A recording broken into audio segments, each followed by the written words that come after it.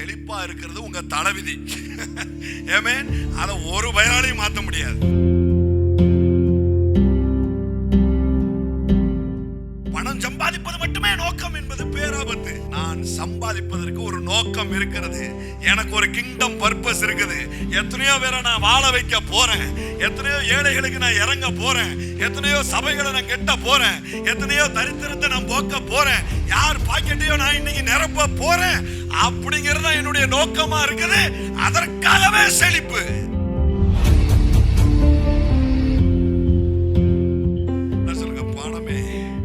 என்னை நோக்கி வா.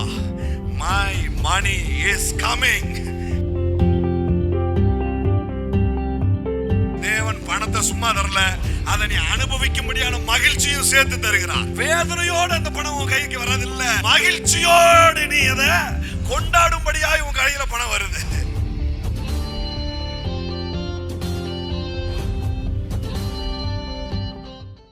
ஆண்டவராகிய இயேசு கிறிஸ்துவின் நாமத்தினாலே உங்கள் யாவரையும் நான் வாழ்த்தி வரவேற்கிறேன். இந்த ராஜ்யத்தின் தீர்க்க தரிசன மைய சபை உங்களை வாழ்த்தி வரவேற்கிறது. எல்லா சர்ச்சிலையும் இந்த மே மாசம் ஒரு எழுதப்படாத விதி ஒன்று இருக்கு. கேட்டா வெளியூர் போயிட்டோம் அப்படிம்பாங்க. எங்க அம்மா ஃபார்மர்ஸ்டா வேலை பார்க்கும் போது இந்த டெலிவரி கேஸ்லாம் நடக்கும் இல்லையா? இந்த செக்கப்லாம் வருவாங்க வழக்கமா. வந்துட்டு டெலிவரி வேற எங்கேயாவது போய் பார்த்துருவாங்க. அப்போ அந்த டிடி, அந்த டிஸ்ட்ரிக்ட் டைரக்டர் வந்து கேட்பாரான், ஏமா செக்கப்லாம் வந்திருக்காங்க ஆனால் டெலிவரி மட்டும் வரல அப்படின்னு. அது வந்து அவங்க அம்மா வீட்டில் போய் டெலிவரி பார்த்துட்டாங்க அப்படின்னு சொல்லும் போது அவர் சொல்லுவாராம், அப்போ அங்கே இருக்கிறவங்களாம் இங்கே வந்து பார்த்துருக்கணும்ல. அந்த மாதிரி எப்போ நீங்கள்லாம் வெளியூர் போயிட்டா உங்கள் சொந்தக்காரங்கெல்லாம் இங்கே வந்திருப்பாங்கல்ல, அவங்க வந்திருக்கணும்ல சபைக்கு. பூரா ஊரை சுற்றிக்கிட்டு இருக்குங்க. கர்த்தர் நல்லவர். என்ஜாய் பண்ணுறது நல்லது. ஆனால் தேவ பிரசன்னத்தை விட்டு ஒரு என்ஜாய் வந்து உங்களை சுத்த வச்சுக்கிட்டே இருக்கும். தேவனுக்கோ எனக்கோ சபைக்கோ ஒரு நஷ்டமும் இல்லை. உங்களுக்கு நஷ்டம்னு சொல்ல எனக்கு மனசு வரவும் இல்லை.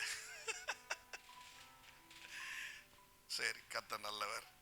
அது உங்களுடைய தேவன், உங்களுடைய ஃப்ரீ வில்ல ஒருபோதும் தேவன் தலையிடவே மாட்டார். எனக்கு இதுதான் பிடிச்சிருக்கு அப்படின்னு நீங்க நின்னா தேவன் ஒருபோதும் என்ன பண்ண மாட்டார், தலையிடவே மாட்டார். நிறைய காரியங்கள் முட்டி மோதினதுக்கு அப்புறம் வருவாங்க பாருங்க, நான் தேவன்கிட்ட கேட்டு தான் செஞ்சேன் அப்படிம்பாங்க.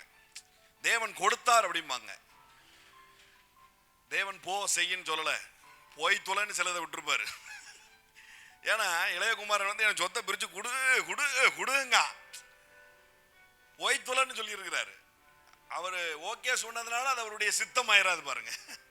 சில நேரத்தில் அப்படி ஆயிருது. ஸோ அப்படிலாம் நடக்காம இருக்கிறதுக்கு என்ன பண்ணுங்க, சபையெல்லாம் ஓபி அடிக்காதீங்க. ரெகுலராக என்ன பண்ணுங்க, பிரசன்ஸ்ல வந்து உட்காருங்க. இன்னைக்கு 6 மணில இருந்து ஆரம்பிச்ச பிரசன்னத்துக்கெல்லாம் அளவே கிடையாது. வேஸ்ட் சம்படி அதை வேஸ்ட் பண்ணிட்டீங்க, சாரி. சரி, கர்த்தர் நல்லவர்.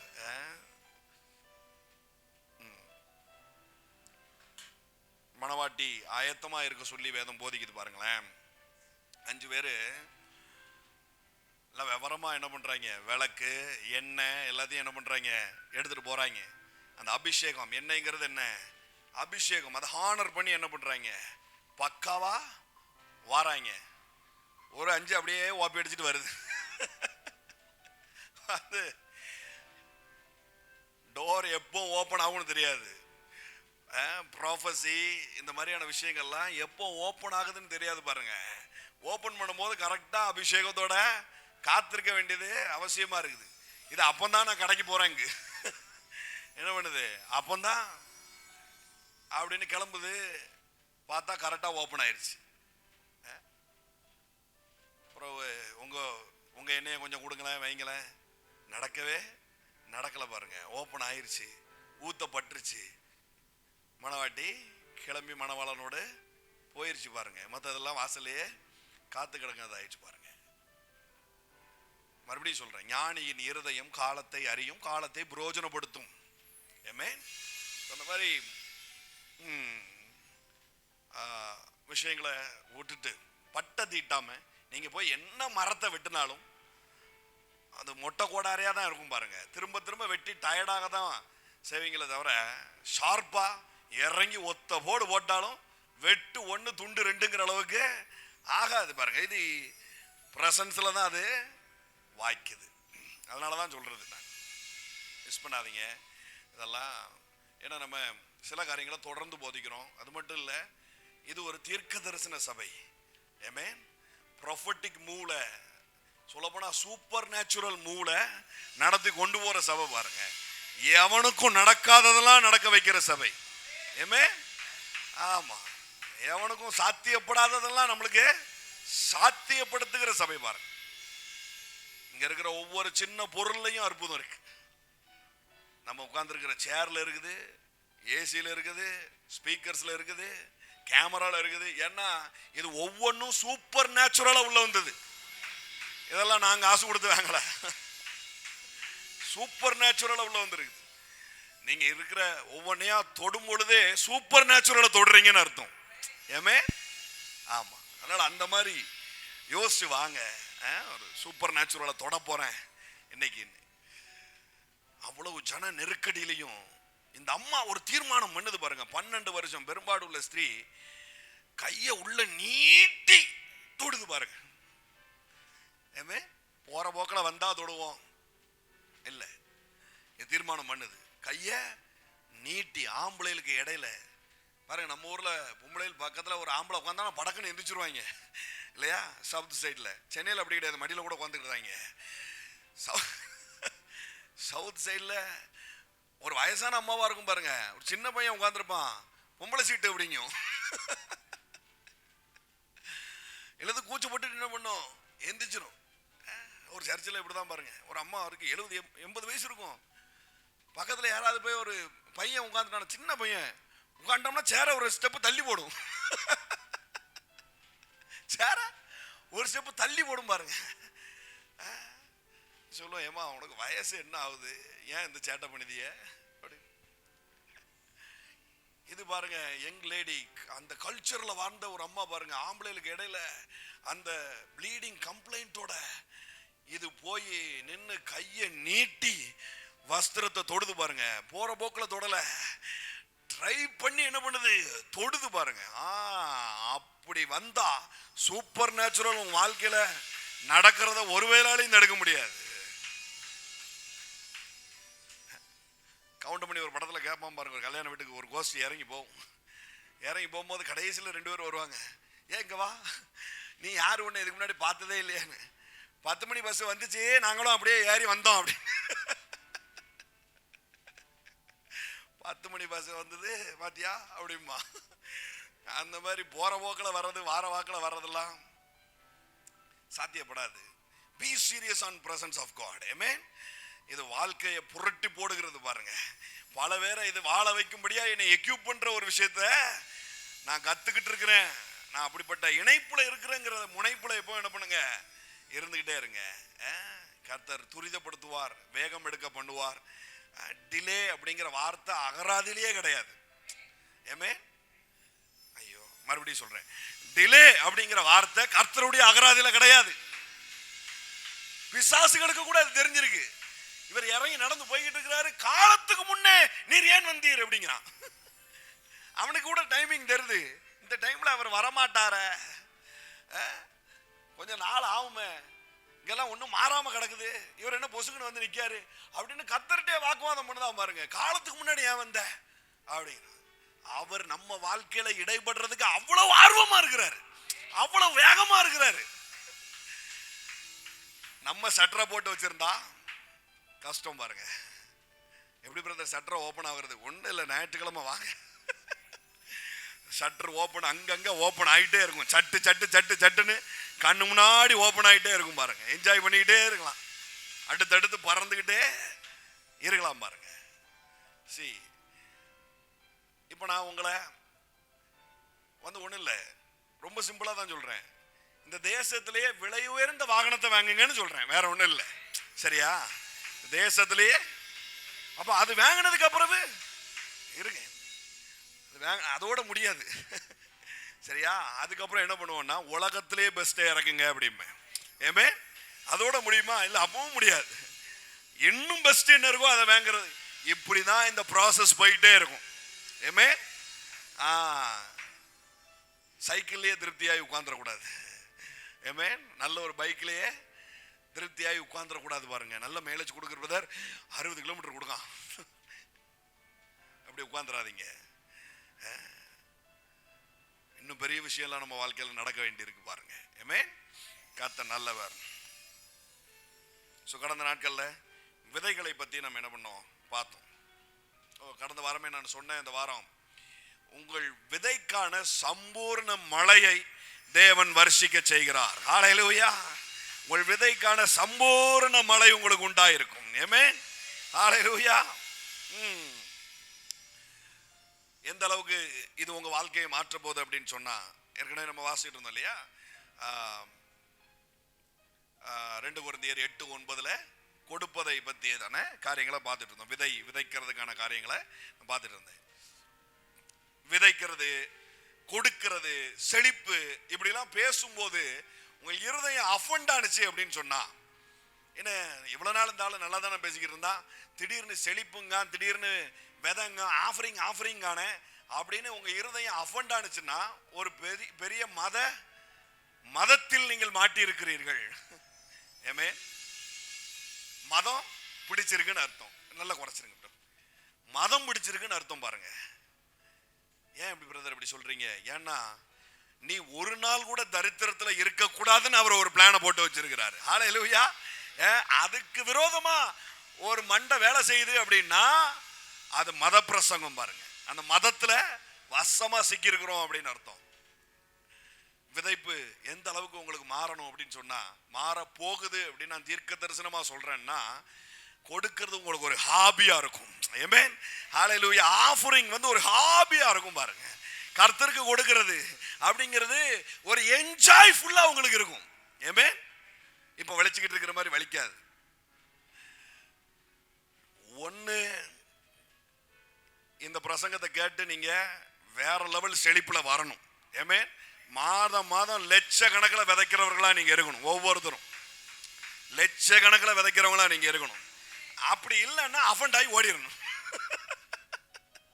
எனக்கு செழிப்பே வேண்டான்ட்டு ஓடிடணும். அப்படி ஓடுனா கடைசி வரைக்கும் அந்த தரித்திர வாழ்க்கையில தான் இருக்கணும். பாருங்க, விஷயத்தை புரிஞ்சுக்கோங்க. நீங்க ஒருத்தர் கூட ஒரு நாள் கூட தரித்திரத்துல இருக்க கூடாதுங்கிறதுக்காக தான் இந்த பிரமாணத்தையே தேவன் வைத்திருக்கிறார். ஹல்லேலூயா.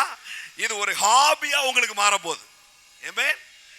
கொடுக்கிறதே உங்களுக்கு ஒரு பெரிய ஹாபியா இருக்க போகுது. ஹல்லேலூயா. ஆமென்.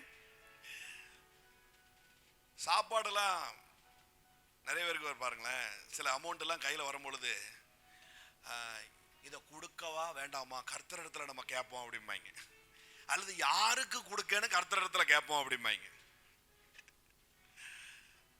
உங்க வீட்டுக்கு திடீர்னு நான் வந்துட்டேன் அப்படின்னு சொன்னா, டீ பிஸ்கட் கொடுக்கறதுக்கு கர்த்தர்கிட்ட போய் கிச்சன்ல கேட்டு வந்து கொடுப்பீங்களா? இல்ல இட்லியோ தோசையோ கொடுக்கும்போது யாரும் போய் கர்த்தர் இடத்துல கேட்கறது இல்லை. பாருங்க, வீணை இன்வைட் பண்ணிட்டீங்க அப்படின்னு சொன்னா என்ன பிடிக்கும்னு வேணா கேட்பீங்களே தவிர, கர்த்தர் இடத்துல போய் ஆண்டவரே இவருக்கு நான் இட்லி கொடுக்கவா, இவருக்கு தோசை கொடுக்கவா, இந்த பிஸ்கட்டை வைக்கவா, இதை எந்த தட்டில் நான் வைத்து கொடுப்பது ஆண்டவரே அப்படின்னு காலையில இருந்து யாரும் ஃபாஸ்டிங் இருக்கிறது இல்ல. ஆனா ₹1,00,000 கொடுக்கறதுக்கு 1000 யோசனை யோசிப்பாங்க. நான் உங்களுக்கு சொல்றேன், ₹1,00,000 இட்லி கொடுக்கிற மாதிரி உங்க கைகள்ல வரும். பாருங்க. ஏமே நான் அதற்காக தான் இப்ப இவ்வளவு கத்திக்கிட்டு இருக்கிறேன். அதற்காக தான் இவ்வளவு பேசிக்கிட்டு இருக்கிறேன். ₹1,00,000 இட்லி. இந்த வடிவேலு சொல்லுவான் பாருங்களேன், 20 crores இந்த பையனுக்கு என்ன டிப்ஸ் கொடுக்குற மாதிரி அப்படின்னு, 20 rupees மாதிரி அப்படின்னு. ஆண்டவர் கொடுக்க சொல்றதுக்கு பின்னாடி பெரிய அர்த்தம் இருக்கு பாருங்களேன். இப்போ ரிச் யங்கஸ்ட் ரூலர் இருக்காரு இல்லையா, யாரு தேவனிடத்துல இயேசுட்ட ஒருத்தன் கேட்கறான், நித்திய ஜீவனை பெற்றுக்கொள்ள நான் என்ன செய்யணும் அப்படின்னு கேட்கும் பொழுது ஆண்டவர் அவன்கிட்ட தான் சொல்றாரு, நீ உனக்கு உண்டானதெல்லாம் வித்துட்டு என்ன பண்ணு வா அப்படிங்கிறாரு. அவன் மிகுந்த ஐஸ்வர்யம் உள்ளவனா இருந்தபடினால போயிட்டான். அந்த பேசேஜ சில ஆங்கில மொழிபெயர்ப்புகள் என்ன பண்ணுதுன்னா ரிச் யங்கஸ்ட் ரூலர் அப்படின்னு அதுக்கு டைட்டிலே கொடுக்குறாங்க. ரிச் யங்கஸ்ட் அவனை தேவன் ஏன் அப்படி கேட்டார்னா, ரிச் எங்கரா இல்ல, ரிச் யங்கஸ்டா இல்ல, ரிச்சஸ்ட் யங்கர் அப்படிங்கிற இடத்துக்கு கொண்டு வர அவனை ஆசைப்பட்டார் பாருங்க. நீ இந்த ஊர்ல இல்லடா, உலகத்திலேயே மிகப்பெரிய பணக்காரனா இருக்கும்படி உனக்கு ஒண்ணு சொல்லிதாரேன் அப்படின்னாரு. பின்னாடி ஒரு 2-3 வசனம் தாண்டி போயிட்டா அதுல தெரிஞ்சிருப்பாருங்க. என் நிமித்தமா எவனாவது ஒருத்தன் வீடு வாசலை இழந்திருந்தான்னா, பிள்ளைகளை இழந்திருந்தான்னா, இம்மையிலேயே உனக்கு 100 நான் தருவேன் அப்படிங்கிறாரு பாருங்க. ஏமே அந்த சூப்பரான சான்ஸை மிஸ் பண்ணிட்டான். போதும் ராஜா, நான் உள்ளூர்லயே ராஜாவா இருந்துக்கிட்டேன், என் தெருவில் மட்டும் நான் வாழ்ந்துக்கிட்டேன் அப்படின்னு முடிச்சிட்டான் பாருங்க. பாருங்க, உங்க தெருவில் பெரிய ஆளா இருக்கிறதுக்காக தேவன் உங்களை அழைக்கல. நான் மறுபடியும் சொல்றேன், உங்க தேசத்திலேயே உங்களை உச்சிதமான கோதுமையை சாப்பிட வைக்கிற தேவனாய் அவர் இருக்கிறார். ஏமே வேர்ல்டு பெஸ்ட் எல்லாம் உங்க கரங்களில வர்றதற்கு அவர் ஏற்பாடு பண்ணி வைத்திருக்கிறார் பாருங்க. எங்க ஆரம்பிக்கும் இதெல்லாம்? விதையில தான் ஆரம்பிக்குது பாருங்க. ஆமென். glorious father. மாராபா ஷச்சகா மடரதலபா. கிவிங் வந்து அவருடைய இருதயத்துக்கு நெருக்கமானது, அவருடைய ஹார்ட்டுக்கு நெருக்கமானது. எந்த அளவுக்கு கிவிங்கோட அவர் முகமுகமாய் இருக்கிறார் அப்படின்னா, எப்படி நம்ம பெத்த பிள்ளையை தூக்கி மூஞ்சிக்கு நேரா மூஞ்ச வச்சு பார்க்கிறோமோ அந்த மாதிரி தேவன் ஆஃபரிங்க மூஞ்சிக்கு நேரா வச்சு பார்க்கிறாரு. நான் சொல்லும் பொழுது உங்களுக்கு ஒரு மாதிரி ஆக்வார்டா இருக்கா? இருக்கட்டும். அஃபண்ட் ஆகுதா? மதாவியெல்லாம் வெளியேறட்டும். அப்படி அஃபண்ட் ஆனிச்சுன்னா, காணிக்கப்பட்டி மேல போய் உட்கார்ந்துட்டு இருக்காரு. காணிக்கப்பட்டிக்கு மேல உட்கார்ந்துட்டு யார் யார் எவ்வளவு போடுதான்னு பார்த்துட்டு இருக்கிறாரு. எப்படி இருக்கும் பாருங்களேன், எப்படி இருக்கும் பாருங்க. அருவருப்பா இருக்கிற மாதிரி இருக்கா? வினோதமா இருக்கா ஒரு மாதிரி? ஆமா, பார்த்துக்கிட்டு இருக்கிறாரு. அந்த அளவுக்கு காணிக்கப்பட்டிக்கு மேல அவர் இவர் இருதயத்தை வச்சிருக்கிறாரு. ஏன்? ஏன்னா பணத்துக்கு மேல நீ இருதயம் வைக்க கூடாதுங்கிறதுக்காக. ஹல்லேலூயா. ஆமென். நாம் பேசுகிற எல்லா செழிப்பும் பின்னாடியும், செழிப்புக்கு பின்னாடி ஒரு பர்பஸ் இருக்கு. ஆமென். கிங்டம் பர்பஸ் இருக்கு பாருங்க. கிங்டம் பர்பஸ் இருக்குது. ஊரை அடிச்சு உலையில போடுற ப்ராஸ்பரிட்டியை நம்ம பேசல. எனக்கு எனக்கு எனக்கு எனக்கு எனக்கு எனக்குன்னு நினைக்கிற ப்ராஸ்பரிட்டியை நான் பேசல. கடனை வாங்கி வச்சு கர்த்தர் என்னை செழிக்க செய்தார் பாருங்க, நான் ஒரு அபிஷேகம் பெற்றவன் அப்படின்னு சொல்ற ப்ராஸ்பரிட்டியை பேசல. Prosperity with purpose. ஆமென். நோக்கத்தோடு உண்டான செழிப்பை பேசிட்டு இருக்கிறோம் பாருங்க. ஆமென். நோக்கத்தை தான் கடந்த 2 வாரங்களை நான் சொன்னேன். ஏன் சம்பாதிக்கணும்? குறைச்சலோடு கொடுக்கும்படியா சம்பாதிக்கணும். ஏன் சம்பாதிக்கணும்? கிங்டம்காக சம்பாதிக்கணும். ஏன் நான் நல்ல செழிப்பா இருக்கணும்? கிங்டம்காக செழிப்பா இருக்கணும். ஏன் நான் நல்ல சட்டை போடணும்? கிங்டம்காக நான் ரிச்சா இருக்கணும். ஏன் நல்ல வாகனத்துல நான் போகணும்? கிங்டம்காக நான் நல்ல வாகனத்துல போகணும். ஆமென். ஹல்லேலூயா. நான் சொல்லிட்டேன், நீங்க செழிப்பா இருக்கிறது உங்க தலைவிதி. ஆமென். அதை ஒரு பயனாலையும் மாற்ற முடியாது. ஆமென். ஆப்ஷனே கிடையாது. செழிப்பை கொடுத்து தேவனிடத்துல ஆப்ஷன் கேட்டா, சரிப்பா 2ல 1 தொட்டுக்கோ அப்படிம்பாரு. ஆனா ஒரு விரல் தான் வெளியில வந்து நிற்கும். ஆமென். ஏன்னா உங்களை குறித்து தேவன் வைத்திருக்கிற திட்டம் செழிப்பும் ஆசீர்வாதமுமே. ஆமென். அதை விட வேற பிளானே கிடையாது பாருங்க. பிளானே கிடையாது. உங்களை பண ஆசையில இருந்து வேரோட புடுங்கி எடுத்து பணத்தை ஆளுகிற இடத்துல கொண்டு வந்து வைக்க விரும்புகிறார். ஆமென். செழிப்பு உங்களை ஆளாது, செழிப்பை நீங்கள் ஆளுவீர்கள். நோக்கமில்லாத பணம் பேராபத்து. பணம் சம்பாதிப்பது மட்டுமே நோக்கம் என்பது பேராபத்து. நான் சம்பாதிப்பதற்கு ஒரு நோக்கம் இருக்கிறது. எனக்கு ஒரு கிங்டம் பர்பஸ் இருக்குது. எத்தனையோ பேரை நான் வாழ வைக்க போறேன். எத்தனையோ ஏழைகளுக்கு நான் இறங்க போறேன். எத்தனையோ சபைகளை நான் கெட்ட போறேன். எத்தனையோ தரித்திரத்தை நான் போக்க போறேன். யார் பாக்கெட்டையோ நான் இன்னைக்கு நிரப்ப போறேன். அப்படிங்கிறது என்னுடைய நோக்கமா இருக்குது. அதற்காகவே செழிப்பு. ஆமென். ஹல்லேலூயா. 50 ரூபா பாக்கெட்ல இருந்தாலும் இன்னைக்கு எவனுக்கோ கொடுக்க போறேன்ட்டு வெளியில வாங்க. திரும்ப வீட்டுக்கு வரும்போது லட்சங்களோட தான் வீட்டுக்கு வருவீங்க. ஆமென். ஹல்லேலூயா. ஆமா, வெளியில போகும்போது 10 ரூபாயோட போங்க, ஒன்றும் தப்பு கிடையாது. இன்னைக்கு எவனையோ அந்த 10 ரூபாய் கொடுத்து நான் ஆசீர்வதிக்க போறேன். கொடுத்தா அவன் தண்ணி அடிப்பான், அதை பத்தி உனக்கு என்ன? அடிச்சுட்டு போறான். அவன் கொடுத்தா அவன் சிகரெட் அடிப்பான், அடிச்சுட்டு போறான், உனக்கு என்ன பிரச்சனை? இல்லாதவனுக்கு நீ கொடு, உனக்கு கர்த்தர் படி அளப்பார். ஆமென், ஹல்லேலூயா, ஹல்லேலூயா. கொடுக்க மனசு இருந்தா போதும் பாருங்க. அது என்ன தேவன் என்னைய கேட்டகரி பார்த்து தரல. தேவன் என்னை ஆசீர்வதிக்கும் போது கேட்டகரி பார்த்து ஆசீர்வதிக்கல. அப்ப நான் கொடுக்கும் போது மட்டும் என்ன கேட்டகரி? நல்லோர் மேலையும் தீயோர் மேலையும் மழையை வர்ஷிக்க தேகிற தேவன். ஹல்லேலூயா. நான் கொடுக்கும் போது அவன் நல்லவனா கெட்டவனான்னு பார்த்து கொடுக்க வேண்டிய அவசியம் அல்ல. பிள்ளையாயின் நான் கடிந்து கொள்வேன். சபையின் பிள்ளைகளா இருக்கா, திரும்ப திரும்ப வந்து கேக்குதா, அங்க வா, என்ன கவனிச்ச அப்படின்னு சொல்லி கேட்பேன். ஆனா ரோட்ல போற எல்லாத்தையும் நான் கேட்க மாட்டேன், அவங்களுக்கு கொடுப்பேன், கொடுத்துக்கிட்டே தான் இருப்பேன். ஆனா பிள்ளைகள்னு வரும்போது என்ன பண்ணுவேன்? நிறுத்தி வாங்க, என்ன பிரச்சனை, இவ்வளவு நாள் என்ன பண்ணீங்க, எல்லாம் எதுவும் டீட்டெயில் கேட்போம் பாருங்க. ஏன்னா இது பிள்ளை, இது கடைசி வரைக்கும் கையேந்திக்கிட்டே இருக்க. அதற்காகத்தான் இந்த கிவிங்க திரும்ப திரும்ப கத்திக்கிட்டு இருக்கிறேன் நான். ஆமென். எனக்கு எது ஆசீர்வாதமா இருக்குதோ, எனக்கு எது வாசல்களை திறந்து விடுதோ, அதே வாசலை உங்க முன்னாடி நான் திறந்துகிட்டு இருக்கிறேன். ஆமென், ஹல்லேலூயா. என்ன சொல்லுங்க, கொடுப்பது என்னுடைய ஹாபியா இருக்க போகுது. ஹல்லேலூயா. கிவிங் என்னுடைய ஹாபியா இருக்க போகுது. நாம கொடுக்க ரெடி ஆகலன்னா அது பறக்க ரெடி ஆயிரும். ஏன்னா பணத்துக்கு பறக்கிற சக்தி இருக்குன்னு வேதம் சொல்லுது. ஏமே, அது அவன் இடத்துல இருந்து பறந்து போகும் அப்படின்னு இருக்கு. யாருக்கு, யார்கிட்ட இருந்து பறந்து போகும்? ஏன்னா பர்பஸ் இல்லாம காசு வச்சிருந்தான்னா அது ஒரு பர்பஸ் உண்டு பண்ணி பறந்துரும் பாருங்க. நான் ஒரு பர்பஸோட ஒரு பணம் வந்துட்டுனா அந்த பணம் அந்த பர்பஸுக்காக மட்டும்தான் போகுமே தவிர தேவையில்லாம ஹாஸ்பிட்டலுக்கு போகாது, தேவையில்லாம அது டயருக்கு போகாது, தேவையில்லாம அது பஞ்சருக்கு போகாது, தேவையில்லாத செலவு அது இழுத்து விடாது. நான் என்ன பர்பஸுக்காக அதை ஈர்த்து வைத்திருக்கிறேனோ அந்த பர்பஸுக்கு தெளிவாய் அது போகும். ஆமென். எல்லாம் சொல்லுங்க, ஏன் பணம்? நல்லா சொல்லுங்க, ஏன் பணம்? ஏன் பணம் அப்படின்னு சொல்றதுலாம் நீங்க வெக்கப்படவே கூடாது பாருங்க. ஏன்னா அவர் தைரியமா சொல்றாரு, பொன்னும் வெள்ளியும் என்னுடையது அப்படிங்கிறார். எங்க அப்பா அப்படி சொல்லி இருக்கிறாருன்னா எனக்கு அந்த அதிகாரம் இருக்குது. ஏன் பணம்? ஆமென், ஹல்லேலூயா. சொல்லுங்க, என் பணம் என்னை நோக்கி வருவதாக. ஹல்லேலூயா. பணம் என்னை நோக்கி வருவதாக சொல்லிட்டே இருக்கலாம் பாருங்க. இதை சொல்றதுக்கு கூச்சப்படக்கூடாது, வெக்கப்படக்கூடாது. ஆமென். அப்புறம் அது கூச்சப்பட்டு வெக்கப்பட்டு ஆண்பாவம் படத்துல ரேவதி பின்னாடி இருந்து பார்த்த மாதிரியே நம்மளை பார்த்துக்கிட்டு இருக்கோம். கடைசி வரைக்கும் கிட்ட வராது பாருங்க.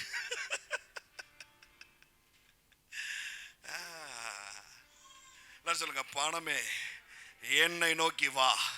My money is coming. Amen. நல்லா சொல்லுங்க, my money is coming.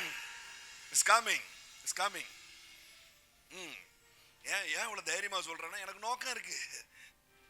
நான் அள்ளி வாயில போடுறதுக்காக இல்ல, அதை காட்டிட்டு பாருங்க நாங்க மினுமினுப்பா இருக்கோமா, பளபளப்பா இருக்கோமா அப்படின்னு காட்டுறதுக்காக இல்ல. I have a purpose. எல்லாரும் சொல்லுங்க, எனக்கு ஒரு பர்பஸ் இருக்கு. கிங்டம் பர்பஸ் இருக்கு. ராஜ்யத்தை கட்டுவதற்காக தேவன் என் கரத்தை செழிப்பாக்குகிறார். ஏமே, புரிஞ்சுக்கிடணும் பாருங்க. நோக்கம் இல்லாத ஒரு ப்ராஸ்பரிட்டியை நம்ம பேசவே இல்லை. It's very danger. நோக்கம் இல்லாத ப்ராஸ்பரிட்டி தற்கொலைக்கு சமம், தற்கொலை பண்ண வைக்கும். நோக்கம் இல்லாத காசு தற்கொலை பண்ண வச்சிரும் பாருங்க. காசே இல்லாததும் எப்படி தற்கொலை பண்ண வைக்குதோ அந்த மாதிரி நோக்கமில்லாத காசும் தற்கொலைக்கு தூண்டும். அதனாலதான் ஆண்டவர் சொல்றாரு, நீ அதை கையாளு. எப்படி கையாளுவ? விதைச்சு பழகு. ஆமென். இந்த பணம் எனக்கு வந்ததுக்கு நீர் ஒருவரே ஆதாரம்னு சொல்லி பழகு, எடுக்க பழகு. பொத்தி பொத்தி வைக்க நினைக்காத, அதுதான் டேஞ்சர். ஆமென். வேதத்தில் இருக்கிற நிறைய வசனத்தெல்லாம் எடுத்து கொண்டு வந்து ஏன் இவங்க இப்படி பிரசங்கம் பண்றாங்க தெரியுமா? பாருங்க, ஒருத்தன் வந்து நான் சம்பாதிச்சது எல்லாத்துக்கும் ஒரு களஞ்சியத்தை சேர்த்து வைப்பேன், அதை அப்படியே பொக்கிஷம் மாதிரி நான் காத்துக்கிடுவேன்னு சொல்லுவான். அவனை பார்த்து ஆண்டவர் திட்டாருங்க, நாளைக்கு செத்து போயிட்டேன்னா என்னடா ஆகுறது அப்படின்னு சொல்லி திட்டிவிட்டாரு. ஆகவே யாரும் சேர்க்காதீங்க அப்படின்ட்டாங்க பாருங்க. அது அதுக்காக சொல்லல பாஸ், அது நோக்கம் இல்லாம சேர்த்து வைக்கப்பட்ட பணம். நாளைக்கு செத்துட்டேன்னா இது இது இது இந்த பணத்தை வச்சு நிறைவேற்றுறதுக்கு உன்ட என்ன நோக்கம் இருக்கு அப்படின்னு கேட்கிறார். ஏமே, நோக்கத்தோடு பணம் சேர்த்த யாரையும் இயேசு கடிந்து கொள்ளல. சகையுவை கடிந்து கொண்டாரா? நோக்கத்தை ரெடி பண்ணிட்டான் பாருங்க. அது வரைக்கும் நோக்கமே இல்லாம காசு சேர்த்துட்டு இருந்தவன், நான் இன்னைக்கு உன் வீட்டுக்கு சாப்பிட வரேன் அப்படின்னு நோக்கத்தை ரெடி பண்ணிட்டான். ஐயா, யாட்டெல்லாம் புடுங்கணும், 4 மடங்கு ரிட்டர்ன் கொடுக்குறேன் அப்படிங்கிறான். ஹல்லேலூயா. நோக்கத்தை ரெடி பண்ணிட்டான் பாருங்க. அவன் பிராஸ்பரிட்டியை தேவன் கனப்படுத்துறார், அவன் பணத்தை தேவன் ஆசீர்வதிக்கிறார். ஆமென். ₹1 கூட, எல்லாரும் சொல்லுங்க ₹1 கூட நோக்கத்திற்காக என் பாக்கெட்டுக்கு வருது. அப்படிதான் கோடிகளும் என் பாக்கெட்ல வரப்போகுது. ஹல்லேலூயா. கோடிகள் என் பாக்கெட்ல வரப்போகுது. ஐயோ, கூச்சப்படக்கூடாது, மறுபடியும் சொல்றேன், கூச்சப்படக்கூடாது. கோடிகள் என் பாக்கெட்டுக்கு வரப்போகுது. ஹல்லேலூயா. கோடிகள். ஆமென். விதை இல்லாமல் தேவன் ஒன்றும் செய்வது இல்லை. விதை இல்லாமல் ஒன்றும் செய்வது இல்லை. 5 அப்பம் 2 மீனை வச்சு என்ன பண்றாரு? அங்க எது சீடு? அங்க விதை என்னது? 5 அப்பம் 2 மீன். அது இல்லாம தேவனால பெருக்க முடியாதா? அப்படியே பாக்கெட் புஷ்னு புடைச்சு அதுல இருந்து பண்ணை எடுத்துக்கோ, இந்த பாக்கெட்ல இருந்து மீன் எடுத்துக்கோன்னு சொல்லியிருக்க முடியாதா? செய்ய மாட்டார். அவர் அதுல கமிட்டடா இருக்கிறார் பாருங்க. சீடுல கமிட்டடா இருக்கிறார், விதைக்கிறதுல கமிட்டடா இருக்கிறார். விதையின் நிமித்தமா தான் பெருக்கம், செழிப்பு எல்லாம் என்பதை கமிட்டடா அவர் செயல்படுத்திக்கிட்டே இருக்கிறார் பாருங்க. பேதுருவை மீட் பண்ணும்போது, முதல்ல மீட் பண்ணும்போது, கடல் மேல நடக்கிற அளவுக்கு வல்லமை உள்ள தேவன் இல்லையா? போட் எதுக்கு? போட்டை கொடுப்பா அப்படிங்கிறாரு. போட்டை கொடு. இப்ப நீங்களும் நானும் இயேசுவா இருந்தோம்னா என்ன செஞ்சிருப்போம்? எது நிமித்தமாய் ஜனம் திரள் ஜாஸ்தியா இருக்கும்? ரட்சிப்பு எது நிமித்தமா ஜாஸ்தியா இருக்கும்? ஒருத்தன் கடல் மேல நின்று பிரசங்கம் பண்ணிக்கிட்டு இருந்தா, ஆஹா இது வல்லவா அற்புதம் அப்படின்னு சொல்லி எல்லாரும் காலில் விழுந்திருக்க மாட்டானா? எதுக்கு படகு? கடல் மேலே நின்று பிரசங்கம் பண்ணிட வேண்டியதானே. எதுக்கு படகு? எதுக்கு படகு அப்படின்னா, அன்னைக்கு மேட்ரு பிரசங்கம் அல்ல, அன்னைக்கு மேட்ரு பேதுருவை செழிப்பாக்கணுங்கிறதா நோக்கமே.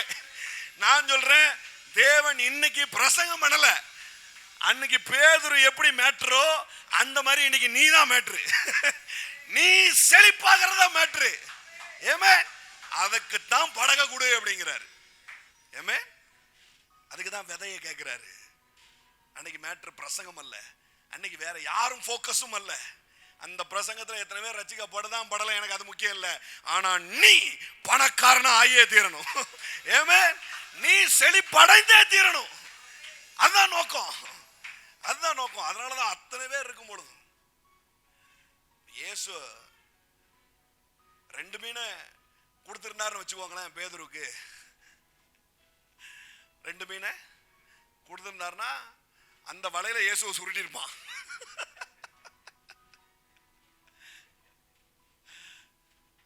அவருடைய பிரசங்கம் அவனை ஏதோ பண்ணுது,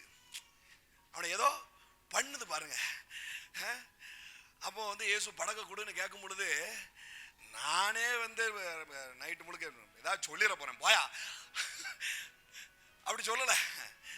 ஒருவேளை நீங்களும் நானுமா இருந்தா சொல்லியிருப்போம். ஆனா அந்த பிரசங்கம் ஏதோ ஒண்ணு அவனை மாத்தி இருக்கு பாருங்க. படக கொடுக்குறான் பாருங்க. சம்திங் இது ஏதோ ஒண்ணு நடக்க போகுது அப்படிங்கிற வெளிச்சம் அவனுக்கு உண்டாயிட்டு, இப்போ உங்களுக்கு உண்டாயிருக்கு பாருங்க, இன்னைக்கு ஏதோ சம்திங் நடக்க போகுது அப்படின்னு. ஹல்லேலூயா. ஆமென். திரள் கூட்டம் பிரசங்கத்துல ரட்சிக்கப்படுறது அவளுக்கு மேட்ரோ என்னவோ எனக்கு தெரியலங்க. ஆனா இன்னைக்கு தனிநபரா இருக்கிற உங்களை செழிப்பாக்குறது அவருடைய நிச்சயமான முடிவா இருக்கிறது. ஆமென். நல்ல சொல்லுங்க, இன்னைக்கு நான் தான் மேட்ரு. நல்ல சொல்லுங்க, இன்னைக்கு நான் தான் மேட்ரு. ஹல்லேலூயா. ஆராபா ஷாச்சாக்கா படரதலபா. எப்படி 2000 பேருக்கு முன்னாடி நின்று பேசுற மாதிரி பேசிக்கிட்டு இருக்கனா? ஏன் தெரியுமா? ஏன்னா இன்னைக்கு நான் தான் மேட்ரு. இன்னைக்கு நான் தான் மேட்ரு, நீங்க தான் மேட்ரு. நீங்க தான் மேட்ரு பாருங்க. காசு வரணும்னு முடிவு எடுத்துட்டா எந்த பார்வோனும் தடுக்க முடியாது. ஹல்லேலூயா. தேவன் உங்க கையில காசை கொண்டு வரணும்னு முடிவு எடுத்துட்டா எந்த பார்வோனும் தடுக்க முடியாது பாருங்க. பொன்னோடும் பொருளோடும் வெள்ளியோடும் வஸ்திரங்களோடும் கிளம்ப பண்ணின தேவன். ஹல்லேலூயா. எந்த பார்வனும் தடுக்க முடியாது. மாறா கூப்பிட்டு கொடுத்து அனுப்புறான். ஆமென். ஹல்லேலூயா. மாறாபா. அந்த அளவுக்கு காசு இம்பார்ட்டன்ட். உங்க கையில காசு வருது. எனக்கு இருக்கிற திட்டத்துக்கும் நோக்கத்துக்கும் உலகத்தில் இருக்கிற ஒட்டுமொத்த காசை கொண்டு வந்தாலும் பத்தாது. அவ்வளவு பெரிய நோக்கமும் திட்டமும் இருக்குது பாருங்க. பல நாடுகளை தத்தெடுக்கணும். ஆமென். கவர்மெண்ட் என்னங்க, கவர்மெண்ட் நின்று நான் செய்யக்கூடாது. அதுக்கு முன்னாடி சபை போய் செய்யணும் பாருங்க. ஹல்லேலூயா. சபை போய் செய்யணும். சபை இறங்கி போய் செஞ்சிடணும் பாருங்க. அந்த ஊரா கவர்மெண்ட் அங்க உள்ளே நுழைய முடியாதுங்க, அங்க அந்த சபையே பார்த்துக்கிடுங்க அப்படிங்கிற அளவுக்கு இருக்கணும். ஆமென். வேலை இல்லாத திண்டாட்டம் இருக்கவே கூடாத அளவுக்கு சபை கம்பெனி வைக்கணும் பாருங்க. ஆமென். சபை தொழில்ல பெரிய லெவலுக்கு ஃபேக்டரி வைக்கணும் பாருங்க. ஃபேக்டரி யார், எங்க, எது சம்பந்தப்பட்டது அப்படின்னா அது ஒரு சபையின் சம்பந்தப்பட்டதுங்க. அங்க அந்த ஊர்ல வேலை இல்லாத திண்டாட்டமே இருக்காது. அவங்களே படிக்க வைப்பாங்களா, அவங்களே வேலை கொடுப்பாங்களாங்கிற அளவுக்கு செழிப்பு சபையினுடைய கரத்துல வரணும்.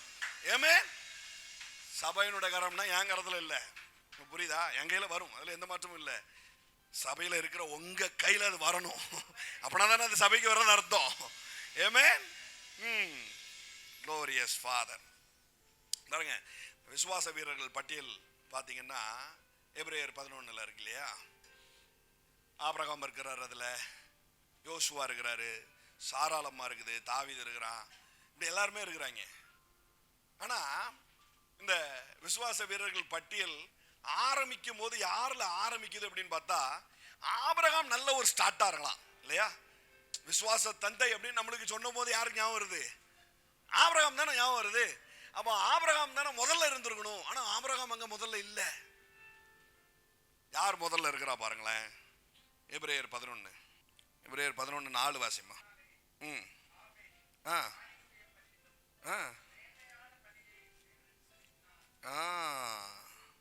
யார்ல ஆரம்பிக்குது? ஆபேல்ல ஆரம்பிக்குது பாருங்களேன். ஏன், என்ன விசேஷம் அவன்கிட்ட இருக்கிறதுல? என்ன பண்ணிவிட்டான் அப்படி பெருசா அப்படின்னா, விசுவாசத்தினாலே ஆபேல் காயினுடைய பலியிலும், பலி மீன்ஸ் என்ன? ஆஃபரிங். சொல்லுங்க ஆஃபரிங்.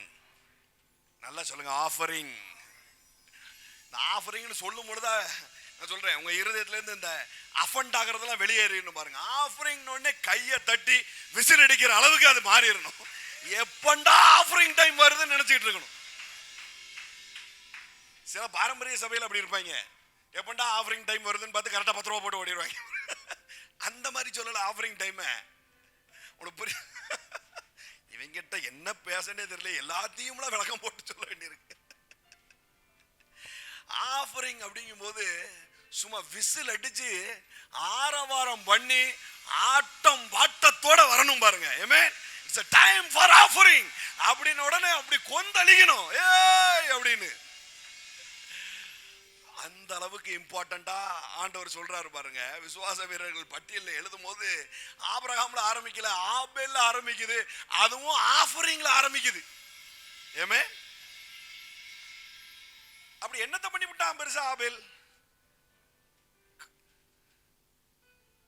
காயினை கம்பேர் பண்ணும்போது சண்டே கிளாஸ் டீச்சர்ஸ் நம்மள நல்லா ஏமாத்துவாங்க பாருங்க. பல பல சத்தியங்கள் சொதப்புனதுக்கு காரணமே இந்த சண்டே கிளாஸ் தான். என்ன சொல்லிவிட்டாங்க? சூம்புட கத்திரிக்காயா எடுத்து என்ன பண்ணிட்டான்? காயின் கொண்டு வந்து கொடுத்துட்டான்பா. ஆபேல் அப்படி இல்ல, நல்ல ஒரு ஆட்டை கொண்டு வந்து கொடுத்தான், கர்த்தர் அதை ஆசீர்வதித்தார் அப்படின்னு. அப்படி இல்ல, காயின் என்ன பண்றான்? விளைவின் முதல் பலன்ல தான் கொண்டு வந்து வைக்கிறான். ஆனா எது இல்லாம இருக்குது? என்ன டிஃபரெண்ட் ரெண்டுக்கும் அப்படின்னு பார்த்தா faith is the different. விசுவாசம் இல்லாம தான் இங்க பிரச்சனையா இருக்குது. இந்த சம்பவத்தை ஆதியாகமத்துல தெளிவா சொல்லல. எதனால ஆபேலுடைய ஆஃபரிங் அக்செப்ட் பண்ணப்பட்டுச்சு அப்படினது தெளிவா சொல்லல பாருங்க. ஆனா இங்க தெளிவா சொல்லி இருக்குது. எதுனா விசுவாசத்தினாலே ஆபேல் என்ன பண்ணானா? விதைச்சானா பாருங்க. அது என்ன விசுவாசத்தினால் விதைக்கிறது அப்படின்னா என்ன பிரதர்? நாங்களும் விதைக்கும் போது விசுவாசத்தானே விதைக்கிறோம். நாங்களும் விதைக்கும் போது பாருங்க, இந்த ஏசு ஆஃபரிங் பாக்ஸ் பக்கத்தில் உட்கார்ந்தாருன்னு சொன்னேன். அப்ப எல்லாரும் வந்து ஆஃபரிங் போடுறாங்க. லட்சங்கள்ல சம்பாதிக்கிறவங்க சில ஆயிரங்களை போடுறாங்க. சில 500 போடுறான், சில 1000 போடுறான், சில 10,000 போடுறான், 20,000 போடுறான், அப்படி போடுறான். ஆனா இந்த அம்மா போடுது, டிங் டிங் அப்படின்னு சத்தம் கேக்கு ஆஃபரிங் பாக்ஸ்ல. அதனாலதான் சில பிரசங்கியார்கள் வந்து சத்தமில்லாத காணிக்கை போடுவோம் அப்படிம்பாங்க. ஏன்னா காயின் போடாத, நோட்டா போடு அப்படின்னு. இதை வச்சுட்டு என்ன பண்ணிட்டாங்க, வழக்கம் போல சண்டே கிளாஸ் டீச்சர்ஸ் சொன்ன மாதிரி ஆண்டவர் வந்து கம்மியா இருக்கிறவங்கள தான் பிளஸ் பண்றாரு. கம்மியா இருக்கிறவங்களுக்கு தான் கர்த்தருக்கு பிடிக்கும். காசு சில்லறையா வச்சிருக்கவங்க தான் பிடிக்கும், தரித்திரத்தில் இருக்கிறவங்க தான் பிடிக்கும் அப்படின்ட்டாங்க பாருங்க. இல்ல, மற்றவங்களாம் அதை போடுறதுக்கு அவனுக்கு ஒரு ஃபெய்த் தேவையே கிடையாது. என்கிட்ட 1 லட்சம் ரூபா இருக்குங்க, நான் 500 ரூபா போடுறதுல எனக்கு பெருசா விசுவாசம் தேவையில்லை. 1 லட்சம் ரூபா வச்சிருக்கும் போது 90,999 ரூபாய் நான் போடணும்னு நினைக்கும் பாருங்க, அப்போ ஒரு விசுவாசம் வேணும் இல்லையா? ஏமே இப்போ ஆபேலுக்கு அந்த ஆடு அப்படிப்பட்ட ஆடு பாருங்க, கொடுக்கிறது கஷ்டம், ஆனா கூட கொடுக்காம பாரு, அங்க இருக்குது விசுவாசம். ஏமே ஆபிரகாமுக்கு ஒரே குமாரனும் ஏக சுதனுமா இருக்கிற யாரு? ஈசாக்கு. அத கொடுக்கிறதுக்கு தான் விசுவாசம் வேணும்.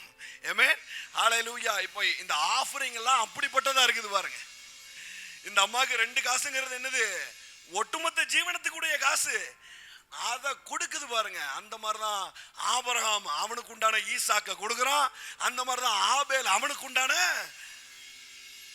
ஆடை கொடுக்குறான் பாருங்க. ஒரு காசை நீங்க வெளியில எடுத்து ஆஃபரிங் போடும் பொழுது உங்களுக்கு விசுவாசம் தேவைப்படுதான். இல்ல பரவாயில்ல அப்படிங்கிற அளவுக்கு இருந்ததுன்னா அது காயினுடைய ஆஃபரிங்கா. நான் உங்களுக்கு சொல்றேன், இன்னையில இருந்து உங்க ஆஃபரிங்க்கு கர்த்தர் சாட்சியிடுவார். ஆமென், கர்த்தர் சாட்சியிடுவார். ஏன்னா ஆபேலுடைய ஆஃபரிங் இப்ப வரைக்கும் பேசிக்கிட்டு இருக்குது அப்படிங்கிறார். ஆமென். பாருங்க பாருங்க, அதை எடுத்து, விசுவாசத்தினாலே ஆபேல் காயினுடைய பலியிலும் மேன்மையான பலியை தேவனுக்கு செலுத்தினான், அதனாலே அவன் நீதிமான் என்று சாட்சி பெற்றான். எல்லாரும் சொல்லுங்க, சாட்சி பெற்றான். உன் ஆஃபரிங் பெரிய சாட்சியா இருக்க போகுது. ஹalleluya, ஹalleluya. உங்க ஆஃபரிங், நான் சொல்றேன், ஆன்லைன்ல பாக்குறவங்களுக்கு உங்க ஆஃபரிங் பெரிய சாட்சியா எழும்ப போகுது. ஹalleluya. மாரபா ஷதகா மடரதலபா. அவனுடைய காணிக்கைகளை குறித்து தேவனே சாட்சி கொடுத்தாராம். இப்படி யோசிச்சு பார்த்திருக்கீங்களா? ஏன் ஆஃபரிங்கை பத்தி தேவன் சாட்சி கொடுக்கணும் அப்படின்னு? சிலர் பெருந்தன்மையா இதெல்லாம் வாங்கி கொடுத்துட்டு நம்மளை பத்தி சொல்லிடாதீங்க அப்படிம்பாங்க. நானும் சொல்ல மாட்டேன், யாரெல்லாம் கொடுத்தா என்ன கொடுத்தா அப்படின்னு பெருசா ஒன்றும் சொல்றதில்லை. ஏன்னா அது அவங்களுடைய விருப்பம். சொல்றதும் சொல்லாததும், சொல்லி கேட்கறதும் கேட்காதும் அவங்களுடைய விருப்பம். ஆனால் பெரும்பாலும் கொடுக்குறவங்க நான் கொடுத்தேன்னு சொல்லாதீங்க பிரதர் அப்படின்னு சொல்லிடுவாங்க. நான் சொல்ல மாட்டேன், ஆனா தேவன் சொல்லாம விட மாட்டார். ஆமென், ஹalleluya. தேவன் சொல்லாம விட மாட்டார். ஏன்னா ஆபேலுடைய ஆஃபரிங் அவ்வளவு மெச்சுறாரு பாருங்க. நான் சொல்லல, தேவனுடைய இருதயம் ஆஃபரிங் முகத்திற்கும் இவர் முகமும் பக்கத்துல இருக்குது. ஏன் அப்படின்னா உன் ஆஃபரிங்ல தான் உன் இருதயம் இருக்குது, அதனாலதான் அவர் இருதயம் அது பக்கத்துல இருக்குது. ஹalleluya. Amen. Glorious Father. மாராபா ஷதகா மடரதலபா. தெரியல, விசுவாசத்துல கொடுக்கறதுன்னா என்னன்றதா? விசுவாசத்துல கொடுக்கறதுன்னா நான் இன்னைக்கு விதைக்கிறேன், கர்த்தர் எனக்கு பெருக செய்வார் அப்படிங்கிற விசுவாசம் இல்லை. அதுவும் வேணும், அதுவும் வேணும். ஆனா தீம் அது கிடையாது. நீ கொடுக்கும் போதே ஐயோ இதை எடுத்தா ஒரு பிரச்சனை வருமே, இதை எடுத்தா நான் என்ன செய்வேங்கிற யோசிக்கிற அளவுக்கு ஒண்ணு இருக்கும் பாரு, அதை ரிலீஸ் பண்ணு அப்படிங்கிறார். ஏமே, அதை ரிலீஸ் பண்ணு, அதை ரிலீஸ் பண்ணு அப்படிங்கிறார். ஆபேலுக்கு அப்படிப்பட்டதா இருந்தது, ஆபிரகாமுக்கு அப்படிப்பட்டதா இருந்தது, அந்த வயதான ஸ்திரீக்கு அப்படிப்பட்டதா இருந்தது பாருங்க. அதை தேவன் என்ன பண்றாரு? மெச்சுறாரு. உலகம் முழுக்க அதை பத்தி சாட்சி சொல்றாராம் பாருங்க. ஏமே, அவன் மரித்தும் என்றும் பேசுகிறான். பல 1000 ஆண்டுகள் கழித்து நீ இன்னைக்கு பண்ற பாரு ஆஃபரிங். ஆமென். இன்னைக்கு எடுத்து விடுற பாரு, ராஜ்யத்தை கட்டுவோம், ராஜ்யத்தை கட்டுவோம், கர்த்தருக்காக ரிலீஸ் பண்ற பாரு. இதெல்லாம் செத்துட்டுன்னு மட்டும் நினைக்காத, 1000 வருஷம் கழிச்சும் அது உனக்காக சாட்சியிடும். ஆமென், சாட்சியிடும், சாட்சியிடும். சின்ன மேட்டர் இல்லைங்க. It's a serious matter. Amen. It's a serious matter. சங்கீதம் 65 பேஷன் டிரான்ஸ்லேஷன்ல எடுமா பாபு. சங்கீதம் 65:9. ஏன் மழை ஏன் வருது? எதுக்கு மழை பெய்யுது? அது அந்த சீசன், அது பெய்யுது. அது இல்லை. ஏன் சூரியன் இருக்கு? ஏன் நிலம் இருக்கு? எல்லாத்துக்கும் ஒரு மீனிங் இருக்கா பாருங்க. எல்லாத்துக்கும் ஒரு அர்த்தம் இருக்கு. மழை வர்றதுக்கு ஒரு அர்த்தம் இருக்குது, நிலம் இருக்கிறதுக்கு ஒரு அர்த்தம் இருக்குது, சூரியனுக்கும் ஒரு அர்த்தம் இருக்குது. இதெல்லாம் எப்போ அர்த்தம் ஆகும்? மழைக்கு எப்போ அர்த்தம் உண்டாகும்? சூரியனுக்கு எப்போ அர்த்தம் உண்டாகும்? எப்போ நிலத்துக்கு அர்த்தம் உண்டாகும் பாருங்க. சங்கீதம் 65:1. தேவரீர் பூமியை விசாரித்து அதற்கு நீர் பாய்ச்சுகிறீர். பூமியை விசாரித்து நீர் பாய்ச்சுகிறதுனா மழை, சரியா? தண்ணீர்கள் நிறைந்த தேவ நதியினால் அதை மிகவும் செழிப்பாக்குகிறீர். இப்படி நீர் அதை திருத்தி அவர்களுக்கு தானியத்தை விளைவிக்கிறீர். இங்கிலீஷ்ல ரிச் ஹார்வெஸ்ட் அப்படின்னு இருக்கு. எல்லாரும் சொல்லுங்க ரிச் ஹார்வெஸ்ட். abundant rain. எல்லாரும் சொல்லுங்க abundant rain, rich harvest. இந்த ரெண்டு தான் உங்க வாழ்க்கையில இன்னையில இருந்து நடக்க போகுது. ஆமென். ஹalleluya. நிலம் இருக்கு, சூரியன் இருக்கு, மழையும் வருது, ஒரு அர்த்தமும் இல்லை பாருங்க. ஆனா ஒரு மனுஷன் அந்த நிலத்துல ஒரு விதைய உள்ள நட்டு வச்சிருந்தான்னா மழையும் அர்த்தம் பெறும், நிலமும் அர்த்தம் பெறும், சூரியனுடைய ஒளியும் அர்த்தம் பெறும் பாருங்க. ஹalleluya. இப்ப ஆண்டவர் அப்படி தண்ணீர்களால நிறைஞ்சு ரெடியா இருக்கிறாராம். ரெடியா இருக்கிறார். பூமி மேல பாயிறதுக்கு ரெடியா இருக்கிறார். ஆமென். சொல்லப்போனா விதையின் மீது பாய்வதற்கு அவர் ரெடியா இருக்கிறார். ஹalleluya. எத்தனை பேர் நீங்க ரெடியா இருக்கிறீங்க? ஹalleluya. எப்போ அது வெல்கம் பண்ணப்படும்? எப்போ ஒரு மனுஷன் விதைக்கிறானோ அப்போ இந்த abundant rain அவனுக்கு வருது. அது கோல்டனா, அது ரிச் ஹார்வெஸ்ட் அவனுக்கு உண்டாகுதாம் பாருங்க. ஹalleluya. ஆமென். எல்லாரும் சொல்லுங்க ரிச் ஹார்வெஸ்ட். ஆமென். சொல்லுங்க ரிச் ஹார்வெஸ்ட். நல்லா சொல்லுங்க ரிச் ஹார்வெஸ்ட். அற்பமாய் சொற்பமாய் அல்ல. எல்லாரும் சொல்லுங்க அற்பமாய் சொற்பமாய் அல்ல, ரிச் ஹார்வெஸ்ட் எனக்கு உண்டாகும். ஆமென். ஏன்னா வர்ற மழை இது கோடை மழையோ அல்லது மும்மாரியோ எல்லாம் இல்ல, இது கர்த்தரால் எனக்கு உண்டாகிற மழையா இருக்கிறது. ஹalleluya. இது something different. இது something different. எல்லாம் சொல்லுங்க something different. ஏன்னா இந்த மழை வரும்போது ஊர் முழுக்க பஞ்சமா இருக்கு. அவர் பிள்ளை ஒருத்தன் எந்திரிச்சு விதைக்கான்.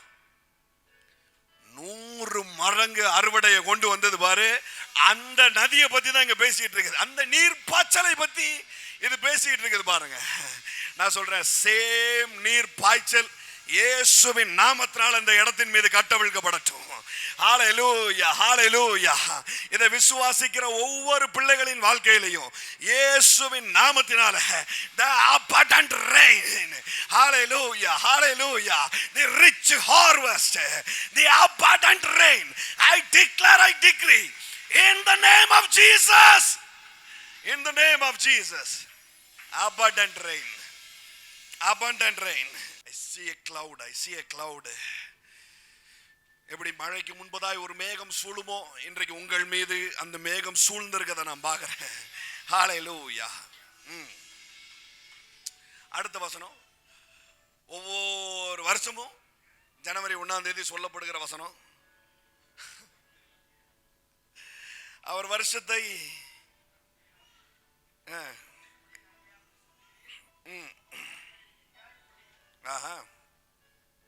வனாந்தர தாவரங்களிலும் பொழிகிறது, மேடுகள் சுற்றிலும் பூரிப்பா இருக்கிறது, மேய்ச்சலுள்ள வெளிகளில் ஆடுகள் நிறைந்திருக்கிறது, பள்ளத்தாக்குகள் தானியத்தினால் மூடி இருக்கிறது, அவைகள் கம்பீரித்து பாடுகிறது. பாருங்க நல்லா கவனிங்க. எப்பெல்லாம் தேவ இந்த abundant rain அப்படிங்கறத மென்ஷன் பண்ணி இருக்குதோ, எப்பெல்லாம் தேவன் ஒரு பாய்ச்சலை தருகிறார், தேவன் ஒரு மழையை தருகிறார் அப்படின்னு வருதோ, அங்க எல்லாம் ரிச் ஹார்வெஸ்ட்ங்கிற வார்த்தையும் வரும், அங்க எல்லாம் மகிழ்ச்சி அப்படிங்கிற வார்த்தையும் வரும். ஆமென்.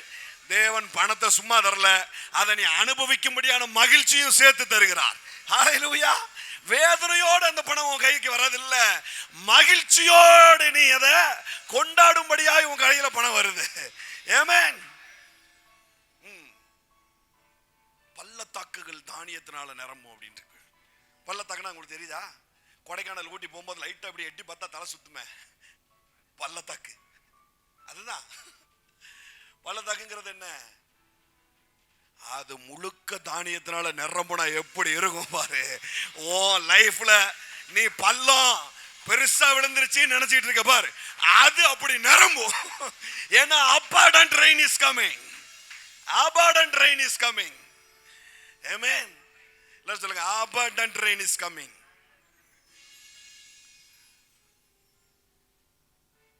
I'm a prophet of God. நான் கர்த்தருடைய தீர்க்கதரிசி பாருங்க. ஆனா கொஞ்ச நாளா இப்ப டீச்சிங் நான் நல்லா பழகிட்டேன். கொஞ்ச நாளா டீச்சிங் எனக்கு நல்லா வருது. ஸ்டார்டிங்ல நான் டீச் பண்ணவே மாட்டேன், டிக்ளரேஷன் பண்ணிக்கிட்டே இருப்பேன். டீச்சிங் பண்ண தெரியாமலாம் இல்லை, டீச்சிங் பண்ண அவசியம் இல்லைன்னு நான் நினைப்பேன்.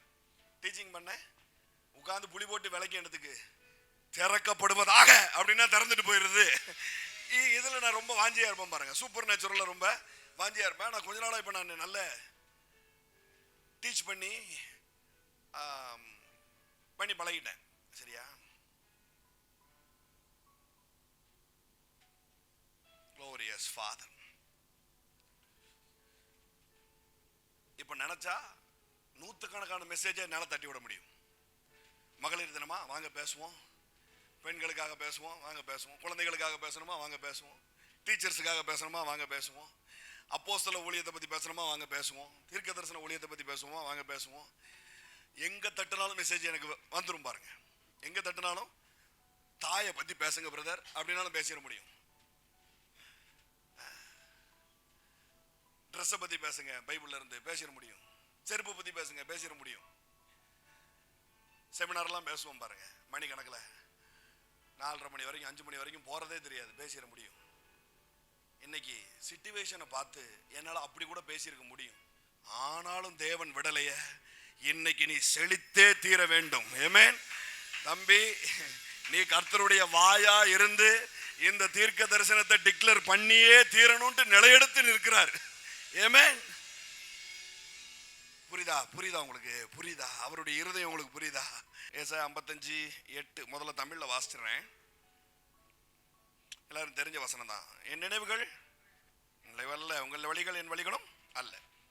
பூமியை பார்க்கலும் வானங்கள் எப்படி இருக்குதோ அப்படியே வழியை பார்க்கலும் இருக்குது. சரி, ரைட். 10 மாரியும் உறைந்த மலையும் வானத்திலிருந்து இறங்கி அவ்விடத்துக்கு திரும்பாமல் பூமியை நினைத்து அதில் முளை கிளம்பி விளையும்படி செய்து விதைக்கிறவனுக்கு விதையையும் புசிக்கிறவனுக்கு ஆகாரத்தையும் கொடுக்கிறது எப்படியோ அப்படியே என் வாயிலிருந்து புறப்படும் வசனமும் இருக்கும்.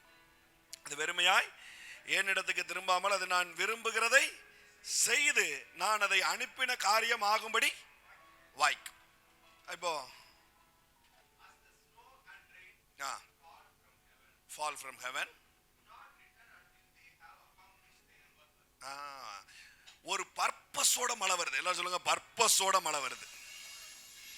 ஒரு பர்பஸோட மழை வருது. என்ன பர்பஸ் அப்படின்னா, அது எம்டியா மேல போகாதான், அது ஒரு விதைய செடியாக்கிட்டு தான் வெளியில போகுமா. ஏமே ஹல்லேலூயா. சிலருக்கு புரிஞ்சுட்டு நான் மறுபடியும் சொல்றேன், உன் விதெல்லாம் செடியாகாம வெளியே போகாது. ஹல்லேலூயா. உன் விதெல்லாம் மரமாகாம போகாது, அது எம்டியா ரிட்டர்ன் ஆகாது அப்படிங்குது. எம்டியா ரிட்டர்ன் ஆகாதான். வேதத்துல நீங்க மற்ற இடங்கள் எல்லாம் பாத்தீங்கன்னா விதைய கர்த்தருடைய வார்த்தைக்கு ஒப்பிட்டு சொல்லும். கர்த்தருடைய வார்த்தைய விதை அப்படின்னு சொல்லி தான் சொல்லும். ஆனா இந்த ஒரு இடத்துல மட்டும்தான் கர்த்தருடைய வார்த்தைய மழை அப்படின்னு சொல்லி இருக்குது. எப்படி மழை எம்டியா திரும்பாதோ அப்படி நான் அனுப்பின வார்த்தை எம்டியா திரும்பாது. இந்த ஒரு இடத்துல தான் மழைக்கு ஒப்பாய் கர்த்தருடைய வார்த்தையை சொல்லுது. இப்பவும் கர்த்தருடைய வார்த்தை உன் வாழ்க்கையில மழையாய் பொழியுது. அது எம்டியா ரிட்டர்ன் ஆகாது. அதுக்கு ஒரு பர்பஸ் இருக்கு. அதுக்கு ஒரு பர்பஸ் இருக்கு. அது உன் விதைய செடி ஆக்காம விடாது. தான் முளைப்பிக்க நினைத்ததெல்லாம் எப்படி முளைப்பிக்குதோ அப்படியே ஆகும் அப்படிங்கிறாரு. ஆமென். Hallelujah. This is a season of sowing and reaping. நான் இதுதான் ஆரம்பத்துல இருந்தே சொல்லிட்டு இருந்தேன். இப்போ கடந்த 3 வாரங்களா சொல்லிட்டு இருக்கிறேன். இது அதுக்கான சீசனா இருக்குது. சபை சொசைட்டியுடைய ஏழ்மையை நீக்குகிற காலமா இது இருக்குது. ஹalleluya, ஹalleluya. Glorious Father. இப்போ பாருங்க, நான் சொன்னேன் இல்லையா, எப்போ மழை வந்ததோ அப்போ ஹார்வெஸ்ட்டை பத்தி பேசும், அதுக்கு அடுத்து மகிழ்ச்சியை பத்தி பேசுது பாருங்களேன். நீங்கள் மகிழ்ச்சியாய் புறப்பட்டு சமாதானமாய் கொண்டு போகப்படுவீர்கள். ஆமென்.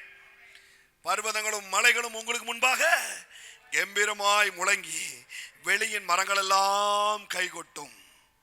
அடுத்த வசனம் சிலருடைய சாட்சியா மாறப்போகுது. ஆமென்.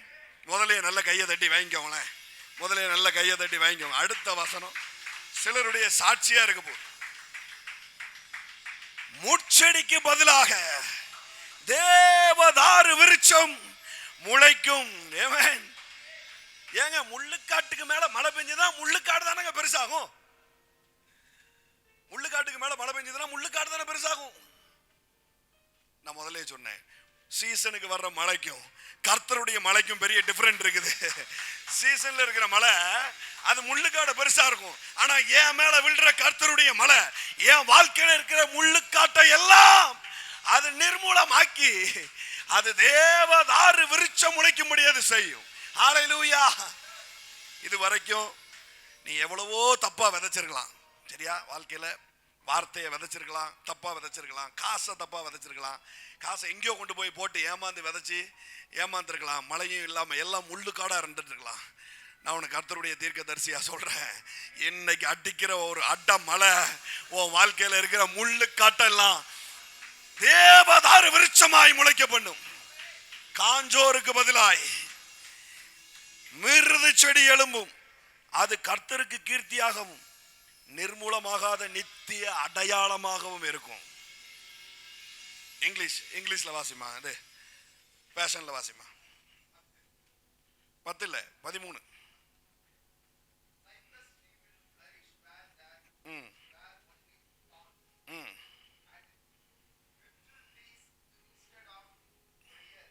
சரி. யாவேக்கு உனக்கு ஹார்வெஸ்ட்னு ஒண்ணு வருதில்ல, உனக்கு அறுவடைன்னு ஒண்ணு வருதில்ல, அது எதுக்கு வருதுன்னா அது அவருக்கு விட்னஸா இருக்க போகுது. ஏமே, அவருக்கு ஒரு சாட்சி வேணும்னா உனக்கு ஹார்வெஸ்ட் வேணும். ஆமென். ஹalleluya. அவருக்கு யாவேக்கு சாட்சியாய் ஆமென் ஏன் அறுவடை இருக்க போகுது. ஹalleluya. அப்ப இது வரைக்கும் வந்த அறுவடை எல்லாம் எப்படி இருக்குன்னு பாத்துக்கோ. அப்படி வரல, அது எனக்கே சாட்சியா இல்லையே, இனி அது கர்த்தருக்கே சாட்சியா இருக்கும்படியா வரப்போகுது. ஆமென். உங்களுக்கு புரியுதா? சில காரியங்கள் சிலர் நம்பவே மாட்டான்.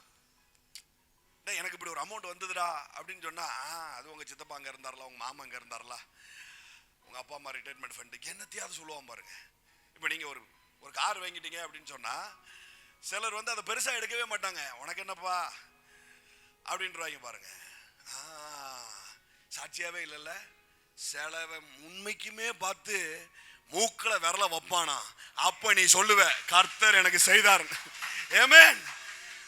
அதுதான் கர்த்தருக்கு சாட்சியா இருக்குமா. சிம்பிளா சொல்றேன், ஓன் திராணிக்கு ஒண்ணு நடக்காது. ஆமென். அவர் திராணிக்கு ஒரு ஹார்வெஸ்ட் வரும் பாரு. ரபா ஷதக மடரதலபா. ஆமென். ஏசாயா 30:23. Your harvest is coming. Amen. Your harvest is coming. Your harvest, your rich harvest is coming. Believe me, believe me, believe me. Your rich harvest is coming. Something going to happen today. Your rich harvest is coming. Your rich harvest is coming. Your rich harvest is coming. அப்பொழுது நீ நிலத்தில் விதைக்கும் உன் விதைக்கு அவர் மழையையும் நிலத்தின் பலனாகிய ஆகாரத்தையும் தருவார்.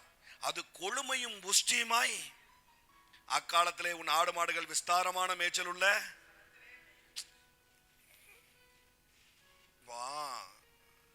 உங்களை எழுப்பி விட்டு, பிரதர் கர்த்தர் உங்களை பார்த்து சொல்றாரு, நீ இதுவரைக்கும் விதைச்சதுக்கெல்லாம் ஒரு பெரிய அறுவடை உண்டாக போகுது அப்படின்னு பர்டிகுலரா நான் சொன்னா எப்படி நீங்க பல்ட்டி அடிப்பீங்களோ அதை விட இம்பார்ட்டன்ட் இந்த வசனம். ஏன்னா மறுபடியும் வாசிங்க, வேற லெவல்ல ரிசீவ் பண்ணணும். சரியா? மறுபடியும் வாசிங்க. அப்பொழுது நீ நிலத்தில் விதைக்கும் உன் விதைக்கு அவர் மழையையும் நிலத்தின் பலனாகிய ஆகாரத்தையும் தருவார். ஆமென். அது கொழுமையும் புஷ்டியுமாய் இருக்கும். அக்காலத்திலே உன் ஆடு மாடுகள் விஸ்தாரமான மேய்ச்சல் உள்ள ஸ்தலத்திலே மேயும். ஆமென். எப்போ ஆண்டவர் மழையை தருவாராம்? விதைக்கும் போதே மழையை தருவாராம். ஆமென். எல்லாரும் சொல்லுங்க, விதைக்கும் போதே மழையை தருவார். மற்ற மழை சீசனுக்கு வரும், வராம இருக்கும். ஆனா தேவன் அனுப்புகிற மழை விதைச்சாலே வந்துரும். ஆமென். விதைச்சாலே வந்துரும். அது ஆகாரத்தை தரும், அது பலனை தரும். எல்லாரும் சொல்லுங்க, ஆகாரத்தை தரும், அது பலனை தரும். நல்லா சொல்லுங்க, ஆகாரத்தை தரும், அது பலனை தரும். ஆகாரத்தை தரும், அது பலனை தரும். ஆமென். அது கொழுமையும் புஷ்டியுமா இருக்கும். நான் சொல்றேன், கொளுத்த காசு உன் கையில வரப்போகுது. ஆமென். எல்லாம் சர்ச் ஆரம்பிச்ச புதுசுல தந்த வார்த்தை. தேவன் ஒரு செமினார்ல இதை சொன்ன, இப்படியே கொளுத்த காசு உன் கையில வரும் அப்படின்னு டைட்டிலே அப்படியே போட சொன்னேன் நான். மறுபடியும் ஆண்டவர் அதை ரிப்பீட் பண்றாரு, கொளுத்த காசு உன் கையில வரும். ஆமென். கொளுத்த காசு உன் கையில வரும். நிலத்தை உழுகிற உன் எருதுகளும் கழுதை மறிகளும் முரத்தினாலும் நூற்றுக்குடையினாலும் தூர்க்கப்பட்ட ருசியுள்ள கப்பிகளை தின்னும். ஆக்சுவலி இந்த போர் அடிக்கும் போது கழுதையை வச்சு, யானையை வச்சு, எருதுகளை வச்சு என்ன பண்ணுவாங்க, போர் அடிப்பாங்க. பார்த்துருக்கீங்களா? முன்னாடி நானும் பார்த்துருக்கேன். எங்கள் ஊருக்கு மத்தியில் மாடெல்லாம் ஒரு ஊசி அப்படியே சுற்றும், நெல் போட்டு வச்சுருப்பாங்க.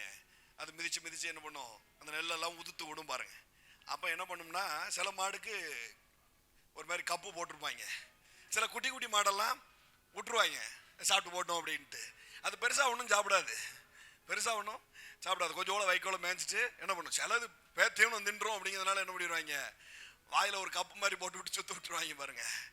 ஆண்டவர் இதில் எழுதி வச்சிருக்கிறாரு, அப்படி உன்னுடைய கழுதைகளும் வரிகளும் நீ எக்ஸ்போர்ட் குவாலிட்டி அப்படின்னு சொல்லி ஒன்று எடுத்து வச்சிருப்பல்ல, அதுவே வேஸ்டா இருக்குமா, அதையே சாப்பிடும் அப்படிங்கிறார்.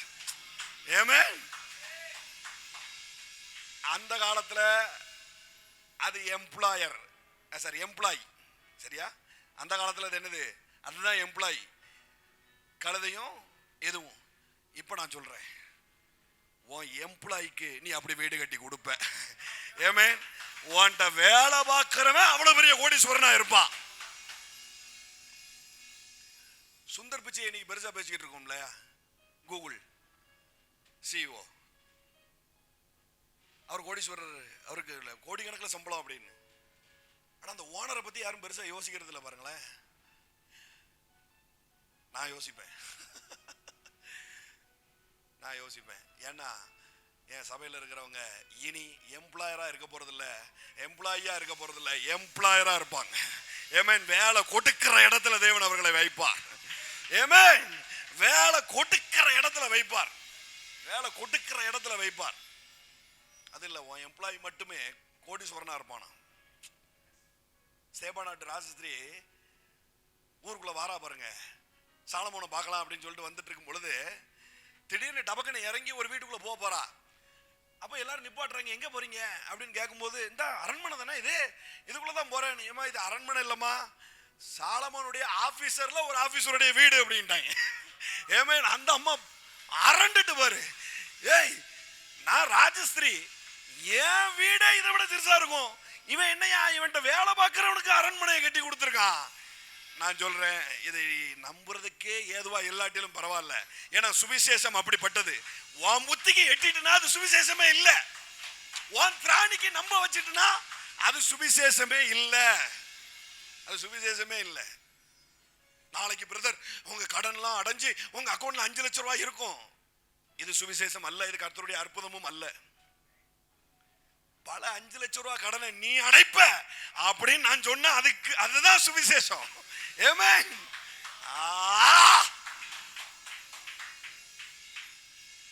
பல பேருடைய கனவை நீ நிறைவேற்றுவ, நீ இன்வெஸ்ட் பண்ணுவ. இதுதான் சுவிசேஷம். ஆமென். 2 காரியத்தை தவறாம செய்யுங்க நீ செழிக்கிறதுக்கு. ஒண்ணு, விதைக்கணும். அதுல எந்த மாற்றமும் இல்லை. விசுவாசித்து விதைக்கணும். அதாவது விசுவாசத்தை விதைக்கணும்னா என்ன அர்த்தம்? எடுக்கும் போதே அது பெயின் இருக்கணும். ஐயோ இதை கொடுக்குமே அப்படிங்கிற இடத்துல இருந்து எடுத்து கொடுத்தா அதுக்கு பேர் தான் விசுவாச விதை. சரியா? இது இதுக்கு மேல விளக்க விரும்பல. 2வது, நீங்க செழிப்பதற்கு சிலர் சொல்லுவாங்க நல்ல கடன் அப்படிம்பாங்க. நல்ல கடன்னா என்னுடைய வருமானத்துக்கு ஏற்ற மாதிரி நான் டாக்ஸ் எல்லாம் ரெடிகுலர் மீதம் பண்றதுனால என்ன பண்றேன், கடனை வாங்குறேன் அப்படிம்பாங்க.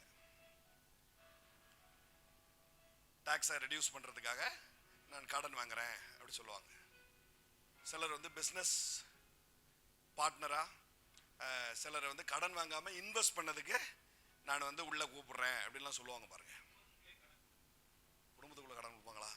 நீ வேற ஏதோ பேசுற, வேண்டாம், நான் வரல. அதாவது இப்போ 10 லட்சம் ரூபா, 8 லட்சம் ரூபா, 5 லட்சம் ரூபா, 12 லட்சம் ரூபா இப்படிலாம் ஸ்லாப் இருக்கு. 10 லட்சம் ரூபா ஸ்லாப்ல இருக்கிறவங்க என்ன பண்ணலாம், டாக்ஸ் கட்ட வேண்டாம். என்னுடைய வருஷ வருமானம் 10 லட்சம் ரூபா தான் அப்படின்னு நான் காட்டினா நான் டாக்ஸ் கட்ட வேண்டாம். 12 லட்சம் ரூபா கட்டுற பட்சத்தில் 10%, 20% என்னமோ ஒன்று கட்டணும். என்ன பண்றாங்க, இந்த லோன் எல்லாம் கணக்கில் காட்டி 12 லட்சம் ரூபா வருமானத்தை 10 லட்சமா காட்டுறாங்க. காட்டி இந்த 2 லட்சம் ரூபா லோன்ல இருக்கு, அதனால என்னுடைய ஸ்லாப் 10 லட்சம் ரூபா தான் இருக்கு, நான் அதனால டாக்ஸ் கட்டல அப்படின்லாம் சொல்லுவாங்க. பாருங்க, உங்களுக்கு புரியலன்னா விட்டுருங்க. சரியா? இது புரியலன்னா விட்டுருங்க. நான் என்ன கேட்கிறேன், அது என்ன டேஸுக்கு? ராயனுடையதை ராயனுக்கு கொடுக்கிற அளவுக்கு கர்த்தர் என்னை ஆசீர்வதிப்பார். ஆமென். ஹல்லேலூயா. ஏன் டாக்ஸ்ல வாழ்ந்துட்டு போகுது இந்த நாடு, வாழ்ந்துட்டு போகுது. நான் அதுக்கு எதுக்கு இப்ப எதுக்கு நீ இதெல்லாம் பண்ற? ஸ்லாப் குறைக்கணும் தானே ஆண்டவர்கிட்ட பேசி உன் வருமானத்தையே 10 லட்சத்துக்கு மேல வேண்டாம்னு சொல்லிடுவோம். அப்ப மட்டும் சுருக்குங்க. ஏன் சுருக்குங்க? நல்ல கடனோ கெட்ட கடனோ கடன் வேண்டாம். ஆமென். எல்லாரும் சொல்லுங்க, கடன் வேண்டாம், கடன் வேண்டாம், கடன் வேண்டாம், கடன் வேண்டாம், கடன் வேண்டாம். ஆமென். இன்வெஸ்டரும் இப்போதைக்கு வேண்டாம், வேண்டாம். உன் கையில என்ன இருக்கோ அதை கர்த்தர் ஆசீர்வதிக்கிறவரா இருக்கிறார். ஆமென். ஹல்லேலூயா. ஆமா, சுயமா தனியா நின்னு பாரு, கர்த்தர் உன் பட்சத்தில் இருக்கிறார். நீ தோக்க மாட்ட. விதைக்கிற நீ ஒரு நாளும் தோக்க மாட்ட. ஆமென். உனக்கு அறிவு இல்லைனாலும் பரவாயில்ல, உனக்கு பிசினஸ் நாலேஜ் இல்லைனாலும் பரவாயில்ல, ஆனா விதைக்கிற அறிவு இருந்தா நீ ஒரு நாளும் தோத்து போக மாட்ட, ஒரு நாளும் தோத்து போக மாட்ட. அன்பா விதைக்க ஆரம்பிச்சா லவ் நெவர் ஃபெயில்ஸ். விசுவாசங்கிறது என்ன? ஒரு வகையான அன்பு. இதை காட்டிலும் நீர் எனக்கு முக்கியம்னு சொல்றது பேர் என்னதுங்க? அன்பு. இந்த அன்புல நீ விதைச்ச ஆரம்பிச்சிட்டா நான் சொல்றேன், ஒரு நாளும் தோக்க மாட்டேன், ஒரு நாளும் தோக்க மாட்டேன். 2வது, கடன் வாங்குறதே தப்பு. சரியா? கடனை வாங்கி விதைக்கிறது அதை விட பெரிய தப்பு. கடன் வாங்கி விதைக்கிறது, நீ கடன்ல இருக்கும்போது கடனை வாங்கி லோனை வாங்கி அதுல தசமபாகம் தயவு செய்து கொடுக்காத. எவனாவது ஒரு போதகன் வந்து அதை இட்ஸ் ஓகேன்னு சொன்னான்னா அவன் பெரிய பிசாசு, அவன் இருந்து முதல்ல தப்பிச்சிரு. கடன் வருமானத்தின் முதல் பகுதி அல்ல, அது பேங்க்காரன் உனக்கு கொடுத்து வச்சிருக்கான், நீ திரும்ப கட்டணும்ட்டு. உன் உழைப்புல இருந்து வரணும், உன் சம்பாத்தியத்துல இருந்து வரணும், அதுலதான் தைத்து எடுத்து வைக்கணும். பாரு, கடன்ல தயவு செய்து என்ன பண்ணாதீங்க, ஆஃபரிங் செலுத்தாதீர்கள். முதல்ல கடனை செலுத்தி முடி, அதுக்கப்புறம் ஆஃபரிங்க்கு வா. உன் வருமானம் வருதா, அதுல என்ன பண்ணு, எடுத்து வை. பிரதர், லட்சக்கணக்கில் கடன் இருக்கு, என் வருமானம் 10,000 தான் இருக்கு, முதல்ல 1000 ரூபாயில இருந்து ஆரம்பி. ஏமே, முதல்ல என்ன பண்ணு, பிரதர் என் தேவை 15,000 இருக்கு, அதெல்லாம் இருக்கட்டும், தேவையெல்லாம் இருக்கட்டும், முதல்ல வருமானம்னு ஒன்று வந்துட்டா அதுல முதல்ல 10 எடுத்து வை, 10வது எடுத்து வை. நான் உனக்கு சொல்லிட்டா, உன் 10% உன் வாழ்க்கைக்கு போதுமானதுக்கும் அதிகமாக இருக்கும். மிச்ச 90% விதைக்கிற அளவுக்கு இருக்கும். ஆமென், ஆமென். Glorious Father. நானும் இந்த வாரத்தோட இதை முடிச்சிடலான்னு பார்த்தேன், நீட்டிப்போம். ஒண்ணு மட்டும் ஷார்ட்டா சொல்லிடுறேன். நீ விதைக்கிற நேரத்திலே அறுவடை வரும். அதுதான் இந்த மழையோட பெரிய விஷயம். பாருங்க, வழக்கமா சீசன் ரெயின் எப்படி இருக்கும்? சீசன் ரெயின் எப்படிங்க இருக்கும்? ஒரு ரெயின் வரும், அதுல விதைப்பாங்க, திரும்ப அடுத்து நல்ல முளை விட்டு வரும் பொழுது ஒரு ரெயின் வரும், அது ஒரு பரிபூர்ண விளைச்சல தரும். அதுக்கப்புறம் என்ன பண்ணும்? அறுவடை ஆகும் இல்லையா? ஆனா இந்த மழையுடைய மகத்துவம் என்ன தெரியுமா? நீ விதைக்கும் போதே அறுவடையாகும், அறுவடையில விதை இருக்கும், அதுல விதை மறுபடியும் அறுவடையாகும், இப்படி தொடர்ந்து பிடிக்கும். ஆமென், ஹல்லேலூயா. தொடர்ந்து பிடிக்கும். அடுத்த வாரம் இதை கண்டினியூ பண்ண போறோம். ஸோ லோக்கல் பீப்புள் தயவு செய்து நேரில் வந்துருங்க, மிஸ் பண்ணிடாதீங்க. இந்த பிரசன்ஸ்ல ஆன்லைன்லாம் ஒப்பேறாது. வெளியூர்காரங்க வெளிநாட்டுக்காரங்க வேற வழி இல்லை, அவங்க அப்படி உட்கார்ந்துருக்குறாங்க. அதனால் லோக்கல் பீப்புள் என்ன பண்ணுங்க, நேரடியா வந்துருங்க. அடைமழையை மிஸ் பண்ணாதீங்க, இந்த அறுவடையை மிஸ் பண்ணிடாதீங்க. ஆமென். அவரை நோக்கி பாருங்க. Thank you Lord. மாராபா ஷாச்சா காம்படரதலபா மால்படரபா ஷாச்சா காம்படரதலபா. இந்த வாரம் முழுக்க விதையை பத்தி, இந்த வாரம் முழுக்க பாருங்க, இன்னிலிருந்து இந்த விதையை பத்தியே யோசிச்சுட்டு இருங்க. ஹார்வெஸ்ட பத்தி நீங்க யோசிக்காத அளவுக்கு நடக்கும். ஆமென், ஹல்லேலூயா. ஒரு மனுஷன் விதையை பத்தி யோசிக்க ஆரம்பிச்சிட்டானா ஹார்வெஸ்ட பத்தி அவர் யோசிப்பார். ஆமென். ஏன்னா அவர் அறுவடையின் தேவன். விதைக்கிறவனுக்கு விதை, விதைக்கிறவனாய் மாறுங்கள்.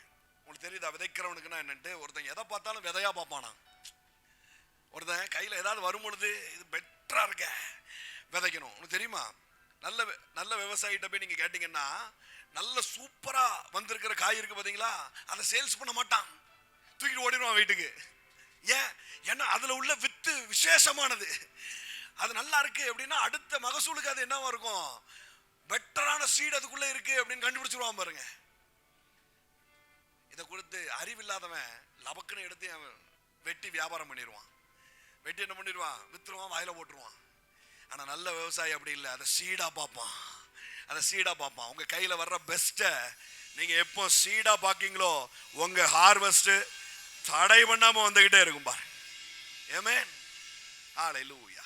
Take your best, take your best, take your best. Thank you Lord.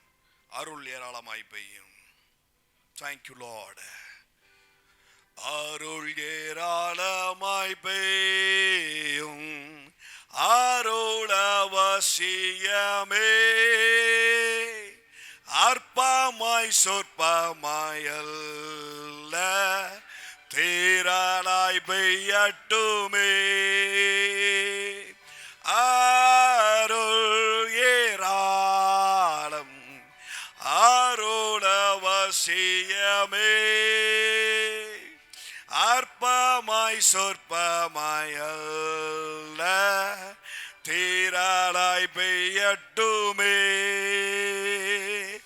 அருள் ஏராளம், அருள் அவசியமே, அற்பமாய் சொற்பமாயல்ல, தீராளாய் பெய்யட்டுமே.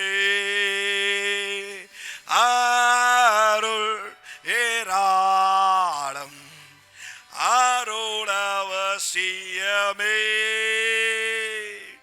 அற்பமாய் சொற்பமாயல்ல, தீராளாய் பெய்யட்டுமே. அருள் ஏராளம், அருள் அவசியமே, அற்பமாய் சொற்பமாயல்ல,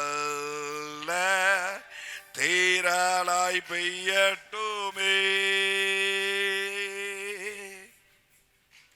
விதைச்சவங்கெல்லாம் நான் சொல்றேன்,